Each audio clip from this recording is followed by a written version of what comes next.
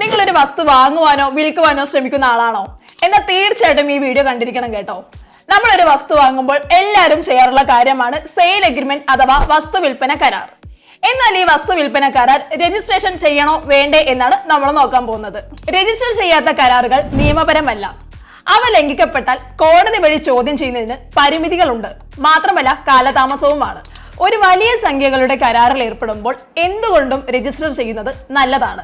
ഇനി എന്തുകൊണ്ടാണ് രജിസ്റ്റർ ചെയ്യണം എന്ന് പറയുന്നതെന്ന് നമുക്ക് നോക്കാം. ഇനി വസ്തു ഉടമയ്ക്ക് മറ്റൊരു നല്ലൊരു ഓഫർ ലഭിച്ചു കഴിഞ്ഞാൽ നമ്മുടെ കരാർ ലംഘിച്ചുകൊണ്ട് മുന്നോട്ട് പോകാൻ സാധിക്കുന്നതല്ല.